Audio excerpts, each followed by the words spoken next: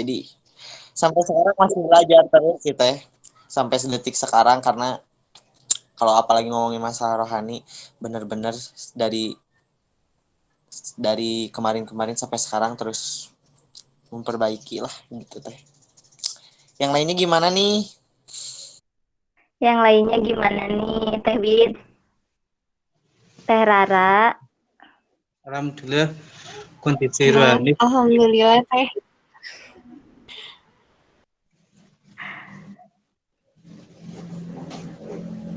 Lanjut ya nih.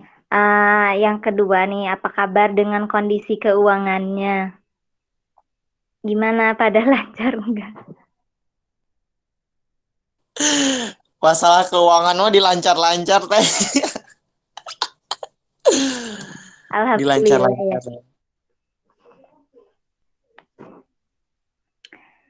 Nah, untuk jasmaninya nih apa kabar teman-teman semuanya? Akang Teteh.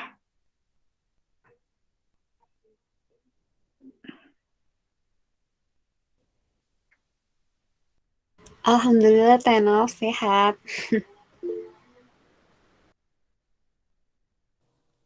Alhamdulillah ya. Alhamdulillah sehat Teh. Yang lainnya gimana nih kok pada diam? Ini ada Kang Rian ya. Kang Rian alhamdulillah ya Kang. Sehat.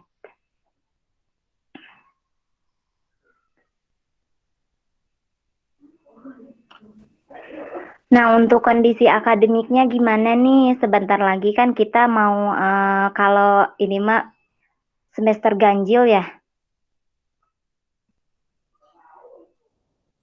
Iya Teh Nop, mungkin ada yang udah mau masuk ke semester baru mungkin ya Teh ya. Ada yang emang udah sekarang tadi semester baru, mungkin ada yang emang baru masuk, ada yang baru libur juga mungkin ya. Nggak kerasa ya, apalagi kan kondisi sekarang mah lagi pandemi, jadi kelewatin gitu aja rasanya teh kayak satu semester juga nggak terasa berat-berat banget ya. Apalagi kan masih online ya. Semoga pandemi ini cepat berlalu. Mungkin nanti ke depannya bisa belajar tatap muka lagi di kampus ya, bisa ketemu langsung, ngobrol bareng. Amin. Nah, teman-teman, untuk kondisi di keluarganya gimana?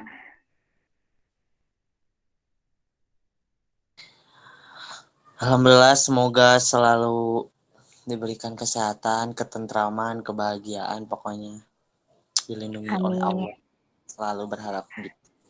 Teman-teman juga ya. Yang keluarga sehat-sehat di kampung. Alhamdulillah ya Kang. Semoga yang di kota juga pada sehat-sehat semuanya. Diberi kelancaran. Amin. Mungkin segitu dulu ya Akang Teteh, karena waktunya sudah menunjukkan pukul 16 lebih 9 menit. Kita mulai saja ya acaranya. Kang Hanan, apakah sudah siap? Insya Allah sudah Teh. Ini suara saya sudah aman kan teman-teman? Aman, siap aman. Teh gimana Teh Widya, Kang Rian, semuanya teman-teman apakah sudah siap? Siap Teh. Siapin juga ya catatannya. Nanti kalau ada yang penting-penting dicatat. Biar enggak lupa gitu maksudnya.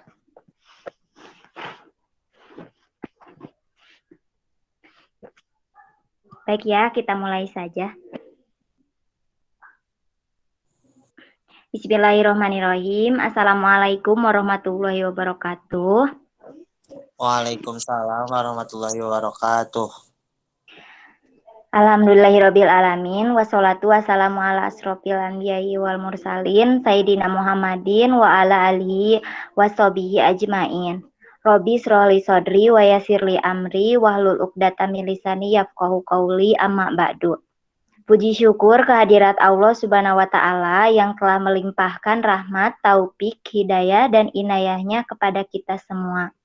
Tak lupa juga sholawat serta salam kita junjungkan kepada Nabi kita, Nabi besar Muhammad Sallallahu Alaihi Wasallam, beserta keluarganya dan para sahabatnya. Mudah-mudahan kita semua mendapatkan syafaatnya pula di yaumul akhir nanti. Saya ucapkan terima kasih banyak dan ahlan wa sahlan ya buat teman-teman semuanya. Perkenankan saya di sini sebagai pembawa acara ya, moderator untuk membacakan susunan acara pada sore hari ini, yaitu seperti biasa ya, pembukaan, kemudian ada penyampaian materi yang insya Allah akan disampaikan oleh Kang Hanan, kemudian ada sesi tanya jawab juga, dan yang terakhir penutup. Nah, untuk mempersingkat waktu, marilah kita mulai kegiatan acara ini dengan membaca basmalah bersama-sama. Bismillahirrahmanirrahim. Bismillahirrahmanirrahim.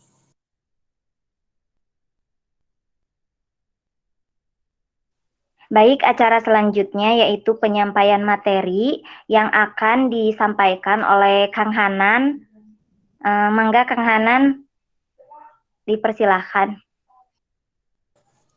Baik, terima kasih ya Teh Novi atas sudah memberikan kesempatannya kepada saya.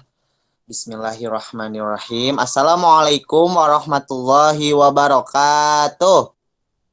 Waalaikumsalam warahmatullahi wabarakatuh. Bismillah, alhamdulillah, alhamdulillahirabbil alamin, wa bihi nasta'inu ala umurid dunya waddin, wassalatu wassalamu ala asrafil anbiya'i wal mursalin, sayyidina Muhammadin wa ala alihi wa sahbihi ajmain, amma ba'du. Pertama-tama yang paling utama, mari kita panjatkan puja kita kepada Maha Kuasa, puji kita kepada Yang Maha Suci, dan syukur kita kepada Yang Maha Ghafur, yang mana Mantena telah memberikan kita semua beribu-ribu kenikmatan, bermiliar-miliar kenikmatan, bertriliun-triliun kenikmatan, malah tak terhitung-hitung kenikmatan oleh alat secanggih apapun ya teman-teman, terutama nikmat iman, Islam, dan ihsan. Tak lupa juga sholawat serta salam kita sama-sama curah limpahkan kepada junjunan alam kita semua, yakni Habibana wa Nabiyina wa Syafi'ina wa Karimina wa Maulana Kanjeng Nabi Muhammad Sallallahu Alaihi Wasallam. Tak lupa juga kepada para keluarganya Kanjeng Nabi, kepada para sahabatnya Kanjeng Nabi, kepada para tabi'in atba tabi'innya Kanjeng Nabi, dan tak lupa juga kepada kita semua selaku umatnya yang ada di akhir zaman ini. Mudah-mudahan kita semua tercurahkan oleh syafaatnya nanti di yaumil qiyamah. Amin ya Allah ya Rabbal alamin. Alamin. Teman-teman nih yang saya hormati dan saya cintai, alhamdulillah ya kita semua di pertemuan keberapa berarti ya ini? Ketujuh bukan ya Teh ya? Iya, ketujuh. Di pertemuan ketujuh kali ini kita sama-sama diberikan umur, diberikan kesehatan dan ditakdirkan untuk ketemu lagi nih, meskipun ketemunya selalu online ya teman-teman. Kita belum pernah ketemu secara langsung ya, offline lah bahasanya, mau itu di manapun berada. Nah, semoga ya pandemi ini benar-benar cepat berakhir dan kita bisa melaksanakan WIR ini secara offline ya teman-teman. Jadi bisa ketemu sama teman-teman yang ada di rumah, teman-teman yang ada. Jadi kita bisa berkumpul di satu tempat lah, semoga ya. Sudah atil ya, sudah greget, ingin cepet-cepet menghilang si corona dari muka bumi inilah. Nah teman-teman, ada yang ingat gak sekarang ini kita bakal membahas tentang apa? Untuk pertemuan ketujuh ini nih di tanggal 23 Agustus ini, sekarang kita bakal ngebahas tentang apa nih teman-teman? Coba boleh di unmute atau ditulis di chat box teman-teman. Hal-hal yang diperdukan dalam wudhu, Kang. Hal-hal yang dipardukan dalam wudhu, atau bahasa Sunda mah sekarang teh kita tuh masuk ke pasal di kitab Sapinah teh yaitu parduna wudhu lah, gitulah bahasa. Cuman kan kita biar dimengerti ya. Jadi sekarang tuh kita masuk ke pasal tentang hal-hal yang difardukan dalam wudhu. Fardunya wudhu teh ya. Nuhun ya Tenopi. Nah sekarang kita next ya. Itu coba next slide Teh Widya. Nah sekarang kita tuh masuk ke apa nih di kitab Safinatuh Faslun Furudul Wudu'i. Artinya hal-hal yang di pasal hal-hal yang dipadukan dalam wudhu, teman-teman. Nah, apa saja sih? Ada berapa sih? Apa saja sih hal-hal yang dipadukan dalam wudhu teh? Aya sabaraha sih paduna wudhu teh? Nah, buat teman-teman yang masih bertanya, nah kita sekarang bakal ngebahas tentang itu nih. Hal-hal yang dipadukan dalam wudhu itu ada berapa teman-teman? Ada yang tahu nggak? Coba boleh di unmute atau di chat box. Jangan takut salah ya teman-teman, kan ini kita sama-sama lagi belajar bareng gitu ya. Ada yang tahu gak fardunya wudhu tuh ada berapa? Sok ditungguin. Ada berapa teman-teman?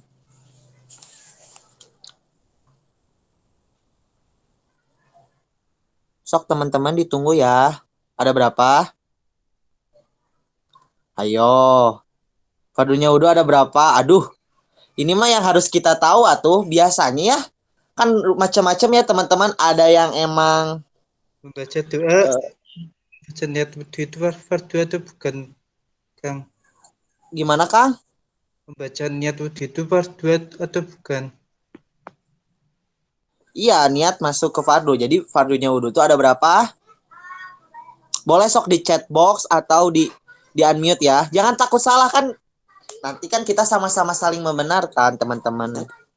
Kalau Ada nggak berapa? salah mah ada 6, Kang. Oke. Betul Teh Nopi. Teh Nopi teh orang mana sih? Di mana? Teh Nopi teh orang mana Teh Nopi teh? Asgar, Kang, Asgar. Asgar. Oh, Asgar teh asli Garut ya Teh Nopi teh. Oh iya tah Teh Nopi nuhun ya. Betul kata Teh Nopi. Bentar di chatbox juga ada nih.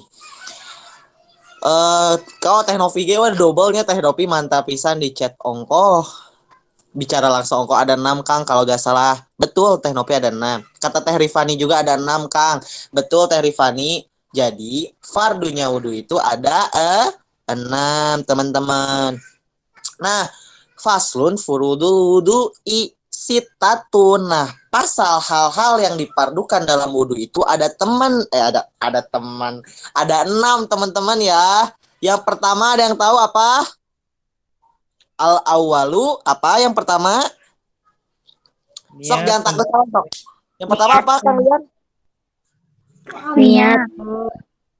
Niat, betul Kang Rian, Teh Nopi, Teh Rifani nuhun. Yang pertama tuh niat al-awwalu an-niyatu. Yang pertama fardunya wudhu itu adalah niat, teman-teman. Yang kedua apa nih? Asani, yang kedua apa? Sok di unmute lagi. Membasuh muka, Kang. Oke, betul Teh Novi, membasuh muka or wajah or face or benget or rarai, apalagi itu istilah muka teh. Permukaan ya. Muka permukaan. Kalau permukaan beda makna ya. Kalau permukaan tuh dasarnya bisa beda makna. Permukaan gitulah. Nah, yang kedua betul nih teman-teman. Asani goslul wajhi. Yang kedua itu fardunya wudhu itu membasuh wajah. Nah, yang ketiga apa nih teman-teman? Boleh di unmute. Membasuh tangan dan sampai siku-sikunya kalau nggak salah. Soalnya ada bahasa kalau nggak salah nih. Teman-teman harus yakin. Sok siapa lagi nih yang mau dijawab nih? Ketiga apa? Membasuh kedua tangan beserta siku, Kang. Oke. Tah, betul Teh Rifani. Nuhun. Teh Rifani teh orang mana Teh Rifani teh? Orang Bandung, Kang. Oh, orang Bandung. Mahasiswa IKIP juga atau apa? Maksudnya atau di mana? Iya, mahasiswa IKIP. Oh, Teh Rifani teh mahasiswa IKIP ya. Oke. Nuhun ya Teh Rifani. Nah, Teh Nopi juga udah bener sih. Udah bener ya. Cuman jangan takut salah ya teman-teman. Jangan kalau nggak salah. Ya sih bener juga sih. Emang kita kan kadang takut salah. Bener. Emang bagus ya pakai itu. Yang yakin ya teman-teman. Kalau misalkan kita udah yakin, emang kita udah tahu. Nah, kalau misalkan kita sering ngamalin ya, gini teman-teman, kalau ilmu itu kalau sering diamalin pasti kita tuh gak akan takut salah lagi, teman-teman, ya. Jadi kayak gini ya tuh.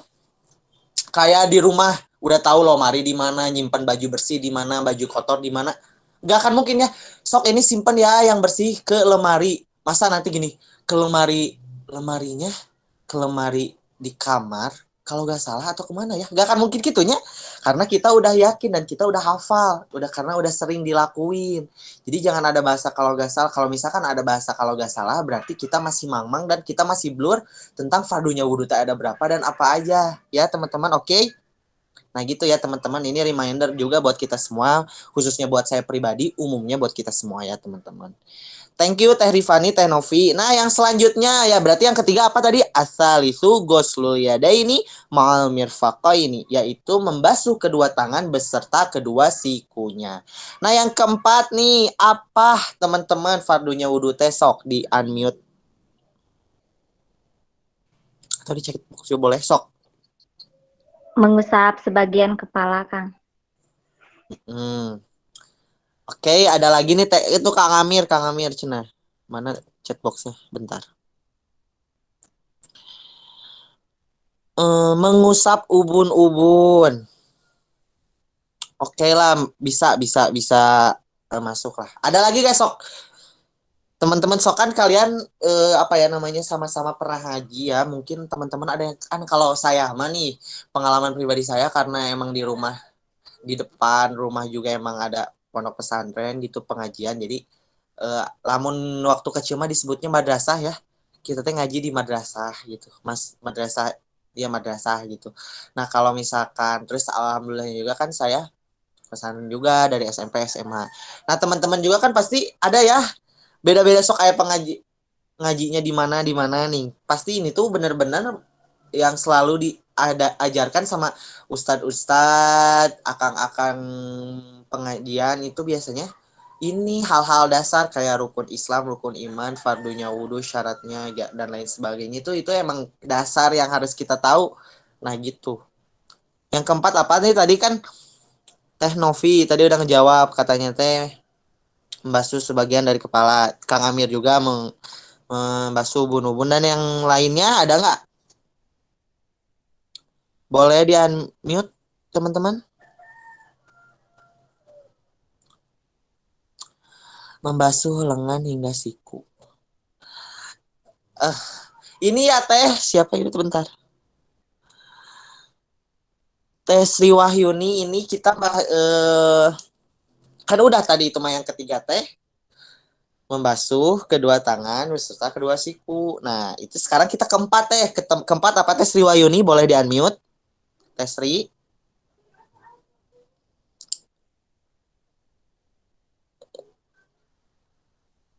Boleh di unmute Teh. Yang keempat apa? Fardunya wudhu.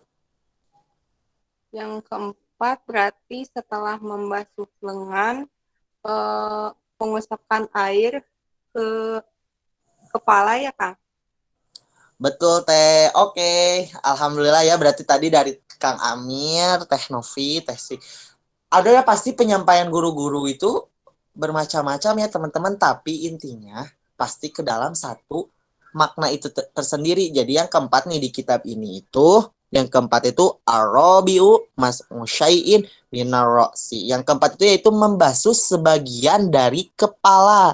Sebagian dari kepala itu kan ada, nah gini wajibnya tuh. Nah, sebagian dari kepala. Nah, lebih tepatnya kayak gitu ya teman-teman. Nah, betul, udah pada betul sebenarnya, cuman itu kan istilah guru-gurunya masing-masing. Nah, di kitab ini sendiri yang keempat itu arabiu mas'usyai'in minarasi, yaitu membasuh sebagian dari kepala. Nah, selanjutnya yang kelima nih teman-teman, apa? Boleh di-unmute.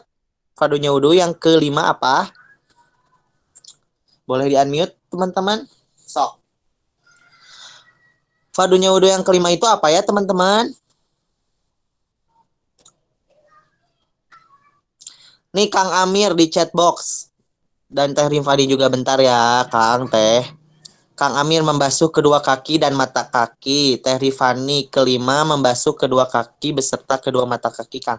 Betul, Kang Amir, Teh Rifani nuhun ya. Jadi yang kelima itu al-khamisu ghusl rajulaini ma'al yaitu membasuh kedua kaki beserta kedua mata kaki. Jadi yang kelima itu fardunya wudhu itu yaitu membasuh kedua kaki beserta kedua mata kaki. Teman-teman nih, Kang Rian juga membasuh kedua kaki hingga selesai kaki.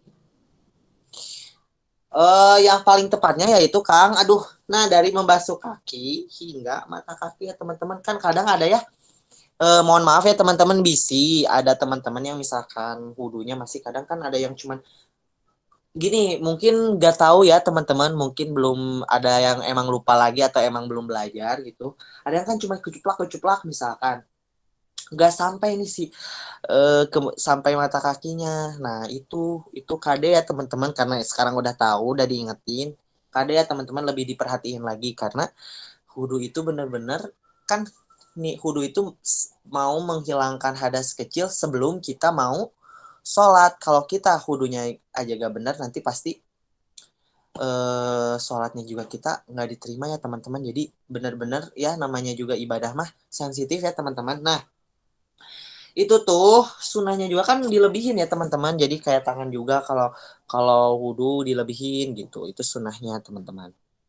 Nah sekarang let's go yang terakhir apa ini, pasti sih kayak udah pada tahu pastinya. Yang keenam apa? Rukun iman itu rukun iman. Fardunya wudu. Jauh-jauh ke rukun iman ini teh fardunya wudu. Yang keenam apa teman-teman? Tertib, Kang. Tertib.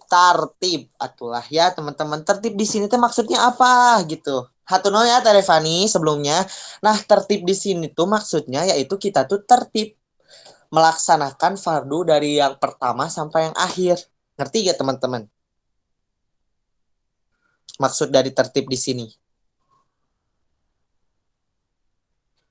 Ya, jadi tertib di sini tuh, jadi kita dari niat langsung lanjut ke membasuh wajah, membasuh kedua tangan beserta kedua siku dan lain sebagainya ya, berurutan lah istilahnya tuh, betul kata Teh Rifani di chatbox. Nah, berurutan lah istilahnya.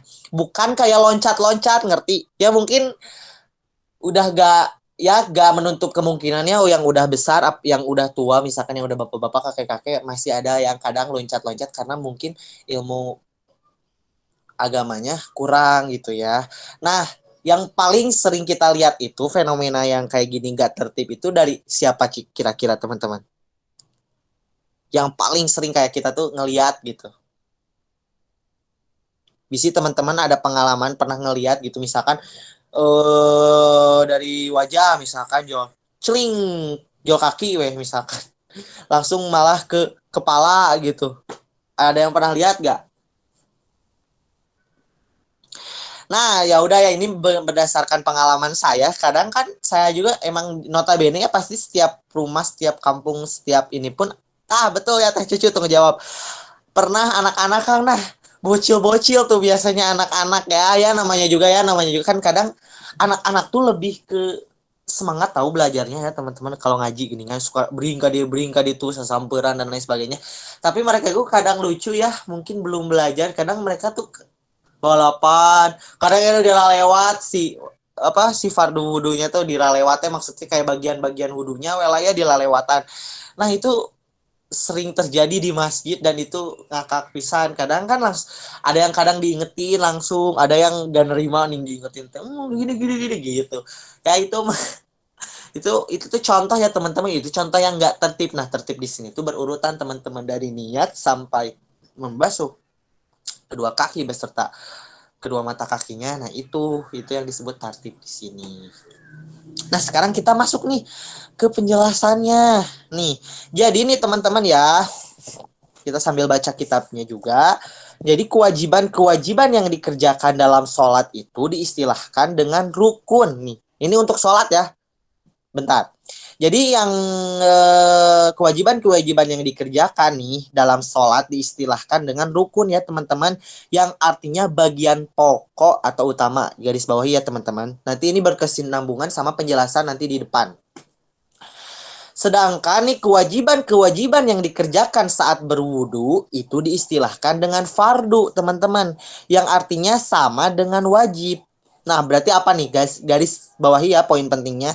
Kewajiban-kewajiban yang dikerjakan dalam sholat itu diistilahkan dengan rukun ya, teman-teman. Yang artinya itu pokok atau bagian. Maksud rukun dalam sholat itu bagian pokok atau utama. Sedangkan yang dalam wudu itu istilahnya yaitu fardu. Yang artinya sama dengan wajib. Karena pekerjaan-pekerjaan yang dikerjakan dalam sholat itu, nih teman-teman, kenapa ya disebut rukun, wudu disebut fardu.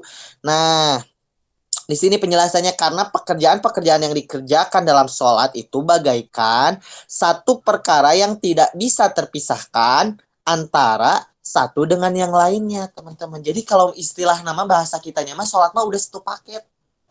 Ya, teman-teman. Itu kalau sholat kenapa disebut rukun. Nah, karena itu setiap kewajiban adalah bagian utama dalam sholat gitu, teman-teman. Berbeda halnya dengan wudhu ya, teman-teman, di mana kalau misalkan yang wudhu ini setiap kewajibannya itu seperti bagian-bagian yang terpisah. Ngerti gak, teman-teman? Ari rukun mah udah sepaket yaitu di sholat lah, sepaket dari yang rukun-rukun sholat. Nah, kalau wudhu mah kenapa maksudnya disebut fardu itu? Jadi setiap poinnya yang tadi kita sebutkan yang ada 6 tadi itu terpisah, bagian-bagiannya terpisah, jadi beda lagi gitu. Jadi istilahnya memiliki kayak kewajibannya masing-masing gitulah, teman-teman. Itu ya. Sampai di situ ada yang ditanyakan nggak? Atau lanjut dulu? Lanjut dulu ya. Oke, kita lanjut dulu. Nah, sekarang next slide, Teh Wid. Nah, sekarang kita masuk ke wudhu adalah ibadah yang makulil makna. Apa sih? Kenapa disebut ibadah makulil makna? Apa sih makulil makna, Teh? Oke, kita jawab ya. Kadang kan ada pertanyaan kayak gini nih kayak termasuk jenis ibadah apakah sih kayak wudhu tuh menurut kitab Sapinah ini atau menurut kitab Kasyfatus Saja ini tuh yang emang ditulis sama Imam Nawawi Al-Bantani ini. Nah, jawabannya gini ya, teman-teman. Jadi, wudhu ini sendiri adalah ibadah yang makulil makna. Seperti yang ada di share screen ya. Wudhu itu adalah ibadah yang makulil makna. Nah, para ilmuwan Islam itu nih memandang wudhu itu sebagai ibadah yang makulil makna. Yaitu suatu ibadah yang bisa dipahami alasan dan hikmahnya. Gitu. Sekali lagi. Jadi para ilmuwan Islam itu udah memandang jadi wudhu itu sebagai ibadah yang makulil makna, yaitu suatu ibadah yang bisa dipahami alasan dan hikmahnya. Nah, contoh seperti pendapat Syekh Nawawi Al-Bantani nih. Pastinya Syekh Nawawi Al-Bantani yang ngarang kitab ini juga di kitab Sapinah ini yang berpendapat nih bahwa wudhu itu adalah ibadah yang makulil makna dengan alasan sholat adalah ibadah untuk bermunajat kepada Allah Subhanahu wa Ta'ala. Oleh karena itu, dituntut untuk membersihkan diri, yaitu dengan apa? Ada teman-teman ada yang tahu gak? Membersihkan wudhu, yaitu dengan berwudhu gitu, teman-teman. Nah, sekali lagi ya. Jadi nih contohnya nih, contoh gambaran dari makulil makna ini sendiri. Jadi dicontoh nih pendapatnya dari Syekh Nawawi Al-Bantani nih yang berpendapat nih bahwa wudhu ini adalah ibadah yang makulil makna. Dengan alasan apa? Dengan alasan sholat itu kan adalah ibadah untuk bermunajat kepada Allah Subhanahu wa Ta'ala. Oleh karena itu dituntut untuk membersihkan diri terlebih dahulu, yaitu dengan cara apa? Dengan berwudhu, gitu. Menghilangkan hadas kita dulu. Seperti halnya nih, contoh gambarannya dalam kehidupan kita sehari-hari ya. Seperti halnya kalau kita mau berjumpa nih, contoh ya. Kalau kita mau ketemu, berjumpa, ngobrol lah dan lain sebagainya. Misalkan dengan presiden. Mau ketemu presiden nih diundang gitu ya. Sok teman-teman bakal ngapain persiapannya lah gitu. Sebelum mau ngobrol misalkan sama Pak Presiden gitu. Boleh sok di-unmute teman-teman. Teman-teman. Berpakaian rapi. Berpakaian rapi. Terus apa lagi?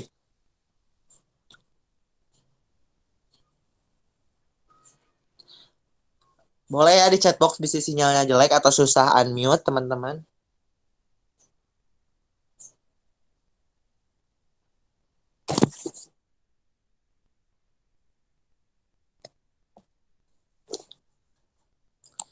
Kan tadi kata Kang Rian juga berpakaian rapi ya. Pastinya kita pasti mandi, pakai parfum yang harum. Nggak akan mungkin dong misalkan ketemu presiden mau bau-bauan ya. Atau nanti risih gitu ya. Pasti pakai baju yang paling bagus dan lain sebagainya. Nah kalau diibaratin mah kayak gitu. Jadi kenapa disebut ibadah yang kulil makna sendiri, wudhu ini tuh karena dengan alasan kan sholat itu kan ibadah yang untuk bermunajat ya meminta apapun gitu kepada Allah berminta memohon gitu. Nah oleh karena itu dituntut nih untuk membersihkan diri terlebih dahulu lah istilahnya. Nanti kan teman-teman. Jadi sebelum memohon, meminta apapun kepada Allah tuh, ya kita ya tuh harus persiapan, harus bersih dari najis, pakai pakaian yang suci, yang rapi, yang mewangi dan lain sebagainya kayak gitu diistilahkan ketika kita nanti ketemu sama presiden. Gitu. Paham nggak teman-teman? Paham, Kang. Paham ya Teh Nopi, Kang Rian juga udah jempol-jempol. Cina iya paham kayak gitu ya teman-teman. Oke, next slide Teh Wid.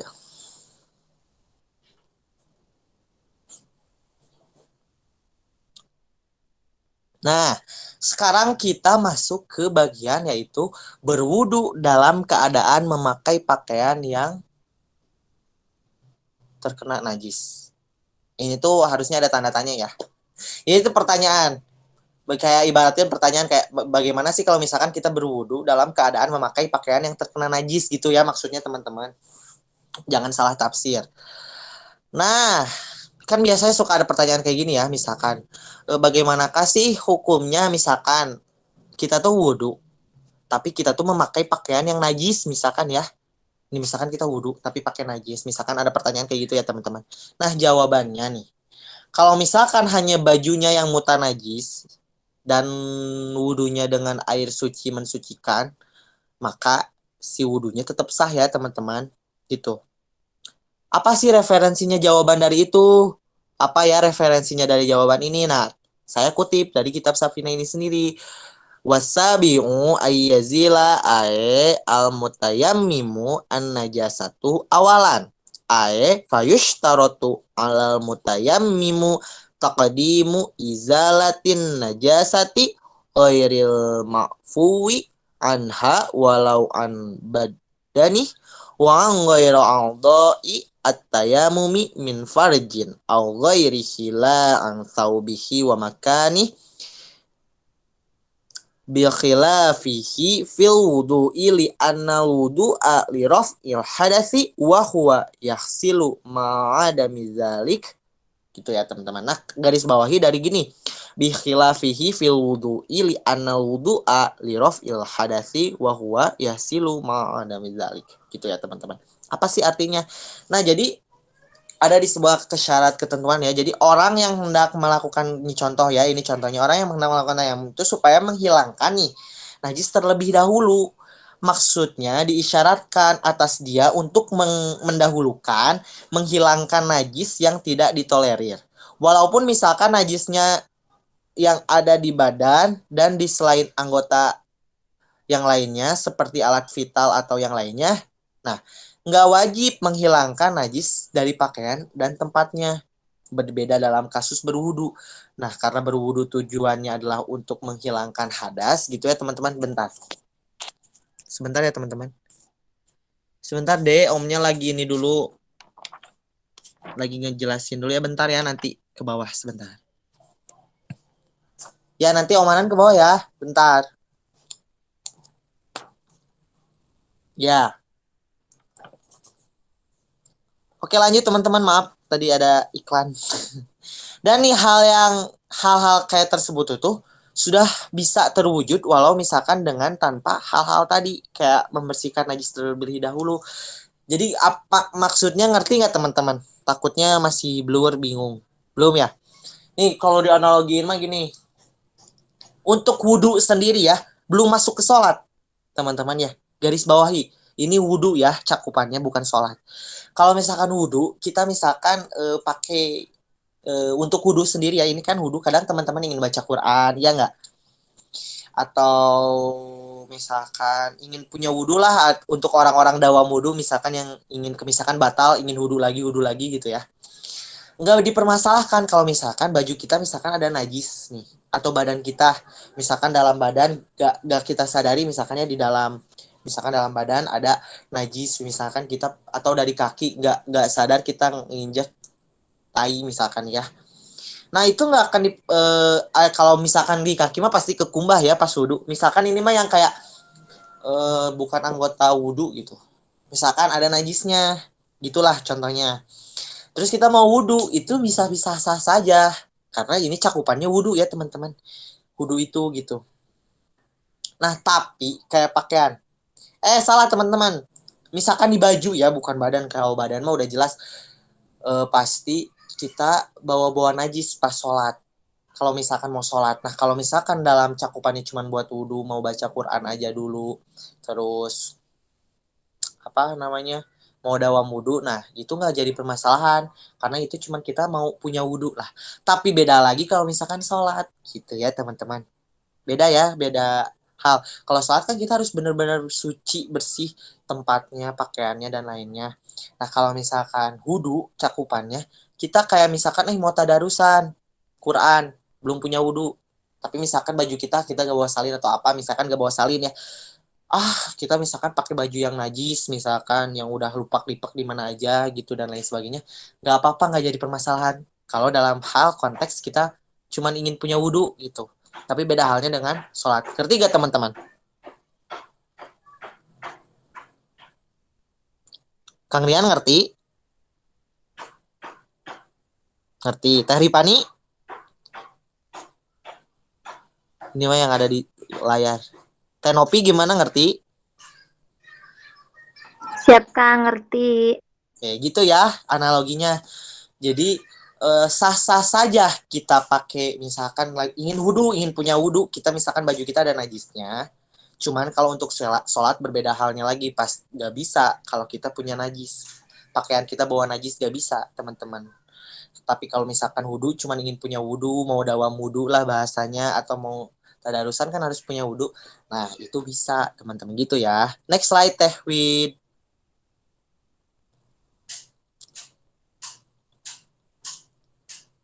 Nah, kan tadi mungkin udah ya di awal, kan tadi udah disebutin ya, pasti nanti di akhir pasal juga pasti ada lagi ngebahas lagi tentang perbedaan nih redaksi antara rukun dan fardu itu sendiri. Kan tadi ada kalau sholat mah rukun, kalau wudhu mah fardu. Nah, teman-teman ada yang tahu gak apa perbedaan dari redaksi rukun dan wudhu dalam hal ini gitu, antara sholat dan wudhu gitu. Boleh di chat box teman-teman, atau misalkan di unmute juga boleh. Teman-teman ada yang tahu gak kenapa hari sholat mah disebut rukun, hari wudhu mah fardu, gitulah misalkan. Sok teman-teman ada yang tahu gak jawabannya? Pernah dengar gitu dari Ustadz ajengannya? Duh. Nah ya teman-teman gini, oke lah. Kita lanjut dulu karena waktunya juga. Nah kan kadang ada pertanyaan kayak gini nih, kayak kenapa sih misalkan pengarang dalam bab wudhu itu menggunakan redaksi kata fardu ya, sedangkan dalam bab sholat menggunakan redaksi rukun, kan? Apakah kayak arti dari keduanya yang dikehendaki sama penulis itu sama, maksudnya antara rukun sama wudhu itu sendiri gitu ya? Nah jawabannya gini, karena nih teman-teman dalam bab sholat itu semua, kan tadi udah dijelasin ya di awal nih, dalam bab sholat itu sendiri semua pekerjaan tidak bisa dipisah-pisahkan. Jadi kayak sholat itu semua rukun-rukun sholat itu udah itu sholat, jadi udah satu menjadi satu, itu tuh sholat gitu. Nah berbeda lagi dalam hal kayak sedang dalam wudhu, nah itu bisa dipisah ya teman-teman, atau kayak bisa diselingi aktivitas lain dengan syarat tertentu gitu ya teman-teman. Jadi gitu ya perbedaannya, kayak tadi kan udah dijelasin nih. Karena di sini kan di akhir pasal tentang hal fardu wudhunya juga udah disebutin. Jadi perbedaan redaksi kenapa Ari bentar ya, antara rukun dan fardu itu sendiri. Nah itu kalau kenapa si sholat sama penulis disebut rukun, karena udah menjadi satu lah gitu, gak bisa dipisahkan, gak bisa diselingi apapun. Beda lagi dengan apa namanya, wudhu. Kalau wudhu itu masuknya ke fardunya wudhu gitulah teman-teman. Nah gitu ya teman-teman. Alhamdulillah untuk pembahasan fardunya wudhu, alhamdulillah udah beres ya teman-teman. Jazakullah yang udah ngedengerin sampai sekarang. Nah mungkin sekarang saya kembalikan lagi ke moderator untuk sesi selanjutnya ya teman-teman, sesi tanya jawab, mangga. Baik, terima kasih ya Kang Hanan. Sudah menyampaikan materinya yang sangat luar biasa dan bermanfaat ya. Semoga bermanfaat untuk kita yang belum tahu. Nah, untuk selanjutnya, belum ya. Nah, jadi pekerjaan-pekerjaan yang diwajibkan dalam sholat itu adalah suatu perkara yang tidak dapat terpisahkan. Contohnya wudhu dan sholat ya. Nah, wudhu itu sendiri setiap bagiannya terpisah-pisah. Wudhu itu adalah suatu ibadah yang dipahami dan dipahami alasan dan hikmahnya. Baik teman-teman.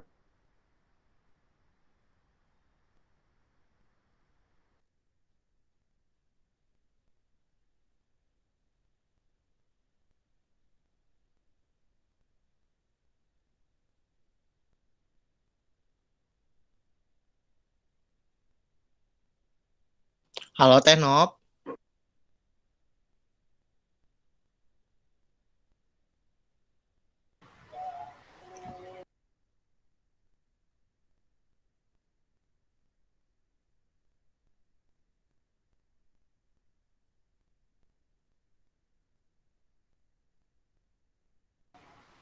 Mungkin Tanop ini sedang gangguan sinyal ya.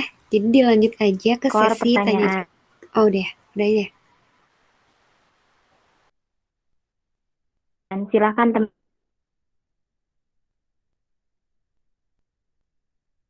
teman-teman.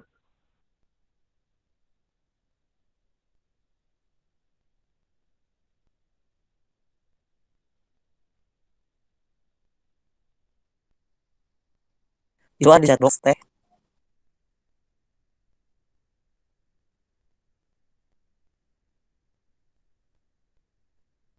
Mungkin sinyal Teh Teh Novinya lagi lag, boleh dihandle aja dulu sama Teh Widya Teh. Ini ada pertanyaan ya dari Kang Rian. Assalamualaikum warahmatullahi wabarakatuh. Kang Hanan, izin bertanya, saat kita bepergian jauh dan sebelum kita berangkat, itu misalnya kita tuh udah wudhu terlebih dahulu di perjalanan gitu, tapi qadarullah mengalami kecelakaan. Nah, yang ingin saya tanyakan itu, jika kita meninggal dalam keadaan wudhu, apakah benar kita meninggal dikatakan sudah suci atau bagaimana?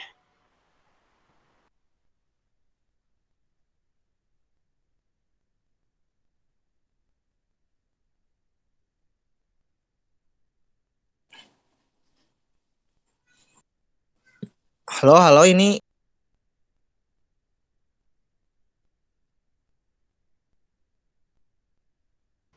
Suaranya jelas tidak?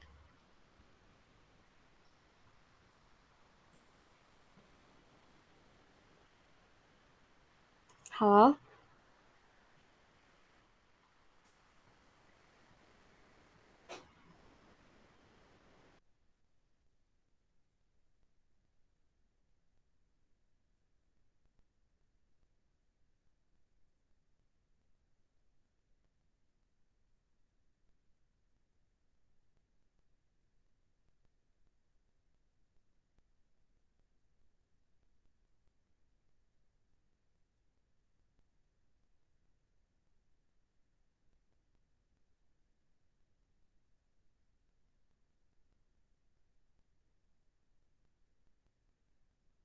halo, ini suaranya jelas? Jelas. Oke, siap. Teman-teman, gini ya, tadi kan pertanyaannya, bentar ya, saya baca lagi. Assalamualaikum Kang Hanan, izin bertanya, saat kita berpergian jauh dan sebelum kita berangkat itu misal kita wudhu terlebih dahulu dan di perjalanan kita mengalami kecelakaan, yang ingin saya tanyakan, jika kita meninggal dalam keadaan wudhu, apakah benar kita meninggal dikatakan suci? Ya teman-teman, ada ya, bentar, ada saya itu ada pernah dikatakan ya, apa namanya, ada hadis gitu, penjelasan di kitab, tertulis di kitab Riyadus Sholihin juga. Nah, terus ada juga dalam kitab Ihya Ulumuddin gitu ya. Jadi dalam kitab Ihya Ulumuddin itu disebutkan nih teman-teman nih, misalkan, aduh bentar. Kayak bahwasanya nih, barang siapa berwudu nih dengan baik wudunya itu dengan baik ya teman-teman, bukan wudu heureyan ya, wudunya dengan baik gitu. Kemudian ia melaksanakan sholat serta tidak tergantung dengan pikiran-pikiran keduniaan, maka dosa-dosanya akan hilang seperti terlahir kembali gitu ya teman-teman. Itu yang tercantum dalam kitab Riyadhus Shalihin. Misalkan kita tuh kan wudunya bener, terus gak mikir keduniaan tuh, kayak kita mikirin ada hutang orang kasih itu kumacara mayarna, aduh ai kunci tadi di mana tah gitu ya. Nah, kalau kita khusyuk gitu dalam wudunya, itu tuh akan hilang dosa-dosa kita tuh seperti terlahir kembali gitu. Nah, misalkan nih diberi contoh nih, kayak contoh lainnya kayak misalkan nih, seseorang nih yang tidur dalam keadaan sucinya karena apa? Dengan cara berwudu. Nah, sebelum tidur, maka ketika orang tersebut bermimpi tentang kebaikan, maka mimpinya itu merupakan kebenaran dan kebaikan. Dan ketika ia dijemput maut juga saat tidurnya, maka masuk dalam kategori syahid, teman-teman ya. Kategori syahid, teman-teman. Nah, berbeda lagi, kita lihat lagi dari konteksnya. Kan itu udah jelas ya, bagus proses mau meninggalnya tuh. Misalkan yang tidur, contoh. Yang tidur, wudu dulu sebelum tidur, baru dia tidur. Terus misalkan takdir dari Allahnya, dia harus meninggal ketika dia tidur. Maka dia otomatis orangnya syahid. Ini kan dalam konteks pertanyaan dari Kang Rian itu kalau misalkan kecelakaan ya. Nah, kalau misalkan kan kita misalkan berwudu dulu ya sebelum pergi-pergian, betul kan? Gitu maksudnya. Sebelum kita pergi tuh misalkan mau pergi nih ke Amerika. Kita tuh kan wudu dulu misalkan, mau wudu dulu ya Allah gitu. Data apa umur mah gitunya. Dan ingin punya wudu juga, ingin dawam juga wudu gitu ya. Nah, terus di perjalanan jedar misalkan kapal dulu ya, pesawat lah misalkan. Pesawat nauzubillah min dzalik ya, terjadi pada kita pesawat kan suka ya tragedi. Nah, misalkan jatuh. Kita posisi punya wudu, maka dilihat dulu dalam konteksnya. Misalkan kita ke Amerikanya mau apa nih? Misalkan contoh Kang Rian ke Amerikanya mau apa? Ya. Kalau ke Amerikanya misalkan mau tolabul ilmi atau mau menebarkan syariah Islam gitu ya. Mau bersyiar gitu di Amerika gitu. Karena emang Kang Rian misalkan pinter, intelektual lah, berbahasa dan juga itu nih, jadi ingin memperluasnya dengan misalkan pergi ke Amerika gitu sambil berkuliah. Nah, itu bakal termasuk syahid karena tujuannya bagus. Tapi beda lagi konteks, meskipun kita misalkan udah wudu tapi niatnya misalkan ke sana teh misalkan mau jalan-jalan, mau happy-happy, dari Amerika mah bebas. Di Amerika mah lihat yang banyak yang cantik, banyak yang seksi misalkan.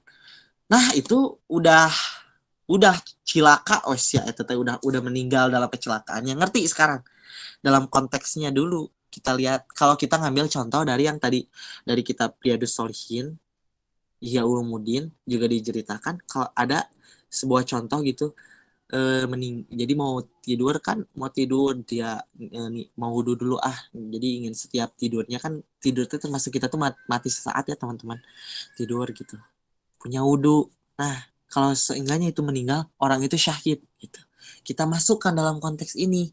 Kalau misalkan kita bepergian dalam hal yang tidak baik, meskipun kita punya wudu ya itu bakal cilaka sama kita karena udah terpatahkan sama niat kita yang jelek. Mau ke Amerika teh misalkan mau gitu. Beda lagi kalau misalkan ke Amerikanya punya niat yang bagus, insya Allah husnul khatimah, dan juga kita mati syahid insya Allah gitu. Paham Kang Rian? Oke. Ada pertanyaan lagi nggak teh? Teh Widya?